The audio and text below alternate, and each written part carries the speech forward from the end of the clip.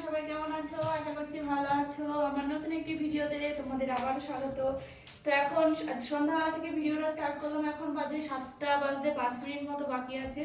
উপরে ঘড়ি আছে, তোমাদের দেখাচ্ছি। তো এখন থেকে আজকে ভিডিওটা স্টার্ট করলাম। প্রতিদিন তো দিনে কি করি না করি তোমাদের প্রায় দেখানো হয়, বাট আমি সন্ধ্যার পরে ঠিক কী করি সেটা খুব একটা দেখানো হয় না। তাই আজকে ভাবলাম তোমাদের সন্ধ্যার পরে কী করি সেটা দেখাবো। তো দেখতে থাকো ভিডিওটা। তার আগে আমার জামা কাপড়গুলো আছে, আমি এগুলো ঠিকঠাক করে নিই। তো দেখতে থাকো, কন্টিনিউ করো। আমি ঠিক সন্ধ্যার পর থেকে ঠিক কী করি মোটামুটি তোমাদের দেখানোর চেষ্টা করবো। দেখতে থাকো, স্কিপ করবে না ভিডিওটা। আশা করি অনেক অনেক ভালো লাগবে।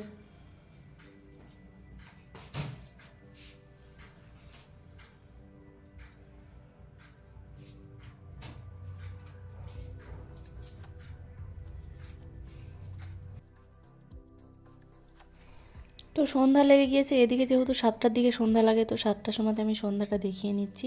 তখন বললাম তোমাদের 5 মিনিট মতো বাকি ছিল, 5-10 মিনিট। 7টা বাজতে হালকা হালকা সন্ধ্যাটা লেগেছিলো, মানে ভালো করে লাগেনি, এবার একটু সন্ধ্যাটা লেগেছে। তো এবার সন্ধ্যাটা একটু ভালো করে দেখিয়ে নিচ্ছি। সন্ধ্যাবেলা তো সন্ধ্যা দেখায়, দুপুরবেলায় ঠাকুরকে একবার প্রদীপ টদীপ ধরিয়ে মানে মিষ্টি জল দিই। তো দুবারই দিই, তাছাড়া দিই না বেশিবার, প্রতিদিন এটাই করি।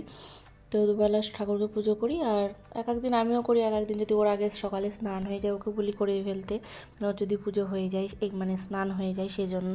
তো সন্ধ্যাবেলায় সেজন্য আমি সন্ধ্যাবেলাটার বেশিরভাগ আমিই দিই, আর সকালের দিকে এক একদিন ও দেয়, ওর হয়তো যেহেতু স্নান হয়ে যায় বললামই তোমাদের।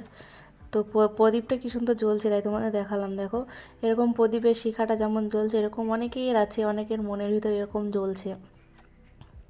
তো এটা পার্সোনালি একদম আমি আমার কথা বললাম, কাউকে বলিনি। তো এরকম আরও অনেকের আছে যে জীবনে এরকমভাবে জ্বলছে প্রদীপের মতো। প্রদীপটাকে সুন্দর লাগছে, কিন্তু যার মনের মধ্যে জ্বলছে সেই বুঝছে কেমন হচ্ছে। তো সেই সব কথা বাদই দাও। তো সন্ধ্যা টন্ধ্যা দেখিয়ে নিলাম, ঠাকুরের কাছে একটু ভক্তি ভরে পুজো, ভক্তি ভরে আর পুজো করা আমাদের দ্বারা কোনো কিছুই হয় না ঠিকঠাক। তো পুজো করার চেষ্টাটা করি। তো তোমাদের বললাম কটা বাজে দেখাবো, সেই জন্য দেখালাম। এখন 7টা প্রায় বেজে গেছে, 7টাই বাজে। তো আজকে দুপুরবেলায় হচ্ছে কি যে আজকে যেহেতু সানডেতে আমার বর তো সারাদিন বাড়িতেই থাকে। তো এই সন্ধ্যার দিকে ওকে যাই একবার, ওদের রোল কল আছে। তো সকালে চিকেন নিয়ে এসেছিলাম, মানে দুপুরে। তো বিরিয়ানি করেছিলাম, জানোই তো রবিবারে আমরা কিছু না কিছু বানাই, বিরিয়ানি হোক, ফ্রাইড রাইস হোক, কিছু একটা বানাই।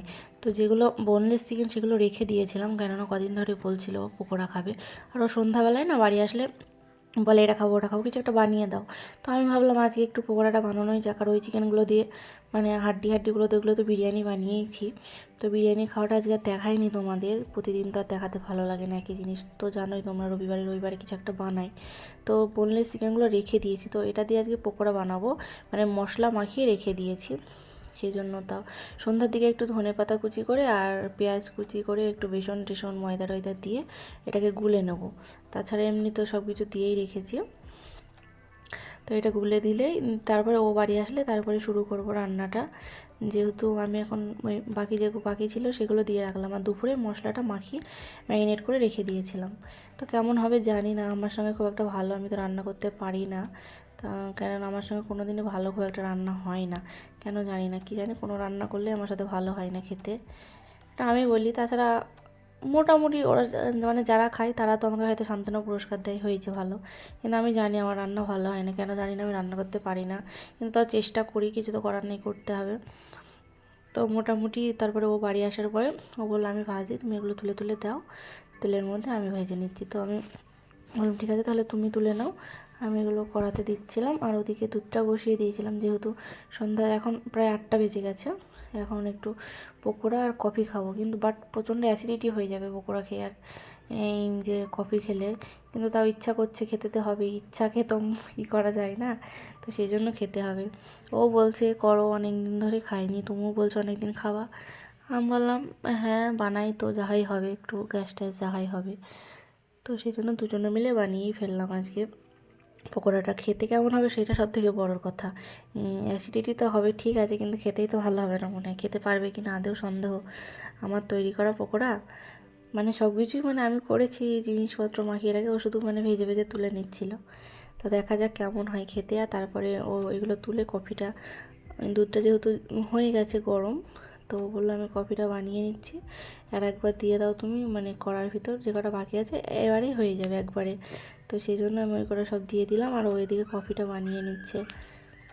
তো এটা তুললে এবারে হয়ে যাবে, আর করবো না। আর 2বার মতো 3বার মতো কড়াই হয়ে গেছে, 3বার দিলেই। 5টা করে দিয়েছিলাম, 5টা 4টে 5টা করে হয়ে গেছে 3বারে। বাট আমরা তাও এতগুলো খেতে পারবো না, মনে হচ্ছে যেন বেশি হয়ে গেল। তারপর কফিটা গুলে নিচ্ছে, তারপরে এটা দুধ ঢেলে দেবো, তাহলে হয়ে যাবে। তো সন্ধ্যাবেলায় কফি আর পকোড়া নিয়ে বসে পড়লাম, তাও অনেকগুলো মনে হচ্ছে এতগুলো খেলে পারে। আবার বিরিয়ানিটা আছে দুপুরবেলাকার, আজ রাত্রিতে আর খাবার করিনি জানো। তো আজকে যেহেতু বিরিয়ানি আছে সেজন্য রাত্রি খাওয়াটা করলাম না, বিরিয়ানি যা আছে দুজনের হয়ে যাবে। বাট এই যে পকোড়া দেখে এত কিছু খেয়ে মনে হচ্ছে না যে আর কিছু খেতে পারবো, তো দুজনে খেতে বসে একটু মারামারি লাগিয়ে দিয়েছি। তো খেতে খেতে আমাদের এটাই কাজ, ও গরম মুখের মধ্যে ভরেছে সেই জন্য, আর আমি কি একটা নিয়ে যে মারামারি করেছি আমার মনে পড়ছে না। তার মধ্যে আবার ও 4টে ফুচকা ভেজেছে। তো হ্যাঁ, সেই ফুচকাটা নিয়ে 4টে ফুচকা, বললো আমার ফুচকা খেতে ইচ্ছে করছে, 4টে ফুচকা ভেজে মানে চকলেট ফকলেট দিয়ে খাচ্ছে, তাছাড়া কিছু করেনি ফুচকার জন্য। ও কদিন ধরে বলছে ফুচকা খেতে ইচ্ছে করছে আবার। আমি বললাম এই তো কদিন আগেই খেলে, আর খেতে হবে না। তো বললো তাহলে আমি শুকনো 4টে ফুচকা ভাজি, তো 4টে ভেজে ও চকলেট চানাচুর এসব হেরাফেরা দিয়ে খেয়েছি, তারপর আমাকে একটা খাইয়ে দিল। তো পকোড়াগুলো খেতে খারাপ হয়নি, নিজে বানিয়েছি বলে বলছি না, কিন্তু হয়েছে, মোটামুটি লেগেছে আমার। কিন্তু হচ্ছে কি যে আমার খেয়ে প্রচণ্ড অ্যাসিডিটি হয়ে গেছে, এটাই সব থেকে বড়ো কথা। তো আমি খাওয়ার আগেই ভাবছিলাম আমার খেয়ে অ্যাসিডিটি হয়ে যাবে, কেননা কফি আর পকোড়া একসঙ্গে খেলে কখনোই শ্যুট করে না, তাছাড়া আমার একটু অ্যাসিডিটি বেশি আছে, সেই জন্য তার সঙ্গে দুটো জিনিস একসঙ্গে খাচ্ছি। তো কী হবে বুঝতেই পারছি, খেয়ে হজমোলা টজমোলা খেতে হবে এটা ওটা।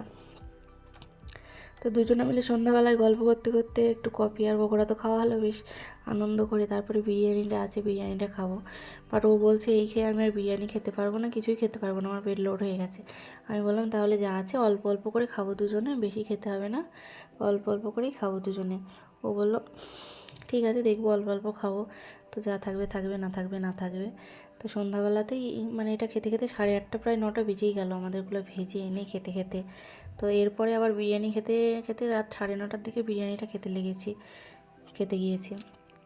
তো তারপরে আমাদের প্রায় 10টা 10:30টা বেজে গেছে খেয়ে টেয়ে সব মেজে ধুজে আসতে। তো আমি বললাম আমার যেহেতু সব পকোড়া টোকোড়া সব খেয়েছি, আমার একটু শরীরটা কেমন করছে, তো বললো চলো রাস্তাতে হেঁটে আসি। তো এখন কটা বাজে তোমাদের আমি দেখাচ্ছি, এত রাত্রিতে রাস্তায় কেউ নেই, যেহেতু আজকে সানডে সেহেতু আরও বেশি কেউ নেই, কেননা আজকে প্রায় সকলেরই ছুটি আছে যারা ফ্যামিলি মেম্বার। তো তোমাদের দেখাচ্ছি কটা বাজে, দেখতে পাচ্ছ 10টা 24 বাজে, 10:30 প্রায় বেজে গেছে। তো রাস্তাটা পুরো ফাঁকা, তো দুইজনে মিলে ঘুরে বেড়াচ্ছি রাস্তায় রাস্তায়, মানে বাড়ির আশেপাশে একটু হেঁটে হেঁটে বেড়াচ্ছিলাম, একটু খাবারটা যাতে হজম হয়ে যায় সেই জন্য।